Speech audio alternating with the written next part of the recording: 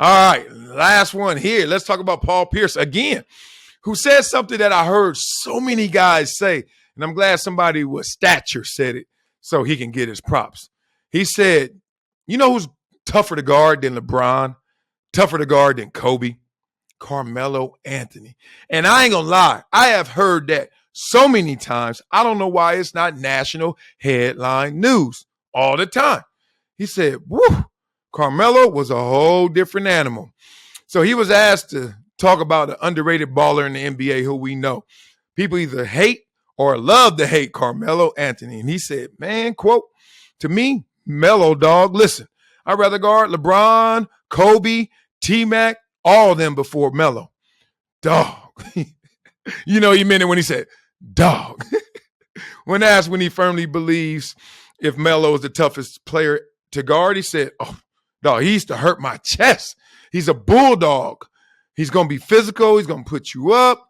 He's going to post you up. He's going to hit you with the shoulder, in the chest. You're going to be hurting after the game. Like, nah, dog, Melo, he's going to make you feel this 30. Other cats, they're going to finesse their 30. Now, you're going to be hurting with Melo. That's dope. He gave that love to him too, man. He said he could be aggressive with his offense to a different degree than others. That's why I'm saying he's aggressive, dog. Man, he's going to throw them elbows. And it's crazy because they're always the guy out there, a little under the radar for whatever reason, that people are not giving him his shine, giving him his proper credit. But to you and to many others, oh, he the one. He is silly. He is different, right? So in basketball, it sounds like a Carmelo Anthony, like, we know he buckets.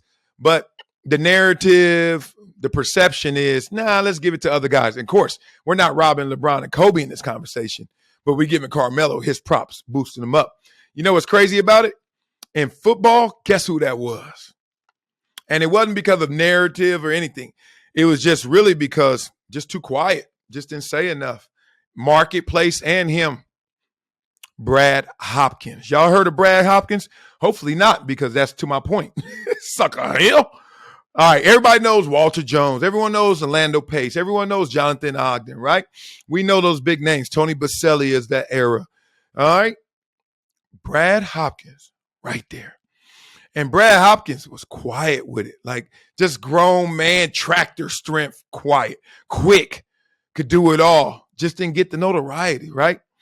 And I was like, man, this dude don't get enough love. Then I talked to my peers. I talked to other DNs. They're like, shoot, Brad Hopkins about that life.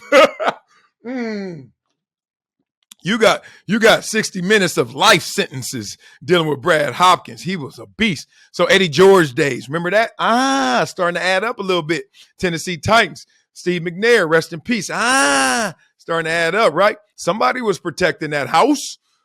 It was Brad Hopkins. This dude was silly with it, y'all. He used to bring the pain. Never got the props. Never got the respect. I wonder who y'all think. I know I'm going to check these comments to see what y'all think. Because there's always those guys you're like, dog, why nobody talking about him? That dude's silly. He buckets. Why they not talk about him? All he do is go out there and get his. Nobody talks about him. So Brad Hopkins for me, and I remember going against him countless times. And it's weird when you got to go against a beast because you're ready for it.